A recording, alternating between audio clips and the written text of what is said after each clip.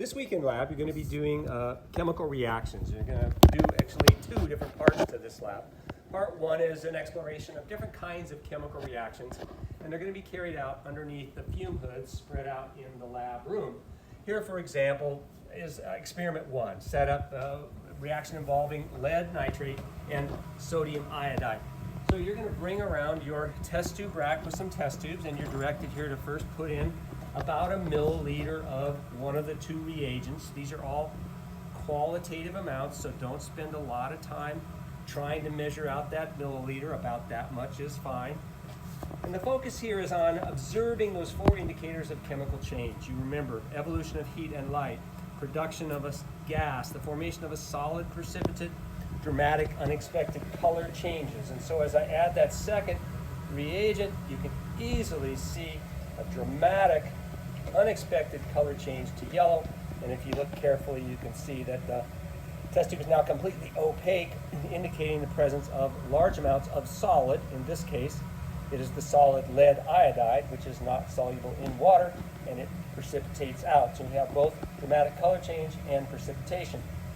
After you make your observations, you can use the enclosed wash bottle to kind of clean your test tube out, dumping it into the individual waste containers, get it pretty clean, and then you can move on to the next experiment. Some of the experiments have their own test tubes, others do not. It'll be pretty obvious when you get there. The second part of the experiment is to quantitatively study one particular chemical reaction, that between sodium bicarbonate or sodium hydrogen carbonate and your old friend hydrochloric acid. We're going to do the reaction in this flask, and since we're interested in quantitatively studying it, we're going to measure the mass of a variety of different components. For example, the first thing you're directed to do is using a piece of weighing paper on our scale, which you remember you would tear by pushing the center button. You're going to mass out about 2 grams of that sodium hydrogen carbonate. Once again, don't spend a lot of time trying to get exactly 2 grams. Doesn't matter how much you have as long as you know exactly how much it is. Here I go, 1.915 grams. Write it down on the lab in the indicated position and put it into your reaction flask.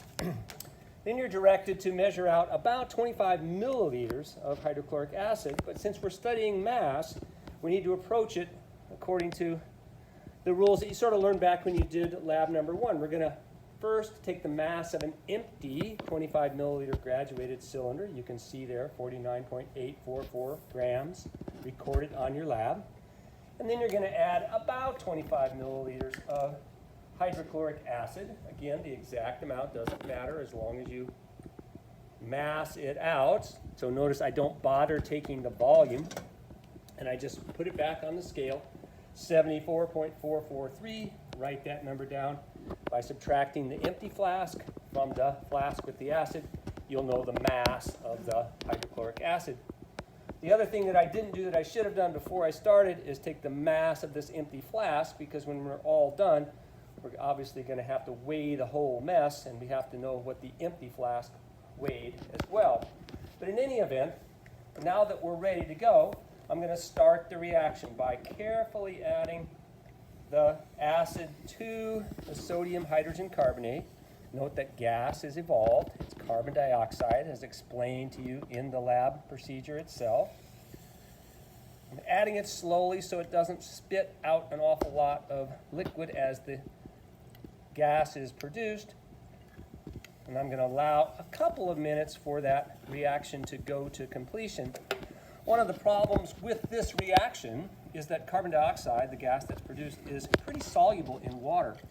And hence, in order for us to measure accurately how much carbon dioxide was produced, we need to drive all that CO2 out of that reaction mixture. And the way we do that is after the bubbling has ceased, we put it on a hot plate, set at about 80 or 90 degrees, and just let it sit there a little bit. Because as we heat up the reaction mixture, the gas is less soluble and the carbon dioxide effervesces out of solution, and we should end up with more accurate results. We'll give that a little bit of time, and your key here is to keep swirling and heating gently until you no longer see any bubbles. When you swirl, and that's your indication that the carbon dioxide has completely left the solution. You're now, of course, going to take your reaction product mixture, put it back on the scale, take the mass now of the flask and the reaction products, and using simple subtraction, we can get at the mass of the reaction products themselves. And using the mass starting and the mass ending, we can calculate the mass of carbon dioxide that was produced. And then we'll go through our familiar conversion to moles and see how much of the carbon dioxide was produced. That's essentially a calibration phase, because the real purpose of this lab is to actually test a commercial antacid that contains sodium bicarbonate, and using the exact same procedure we can evaluate whether the advertised amount is verified by the amount of carbon dioxide that gets produced by the reaction.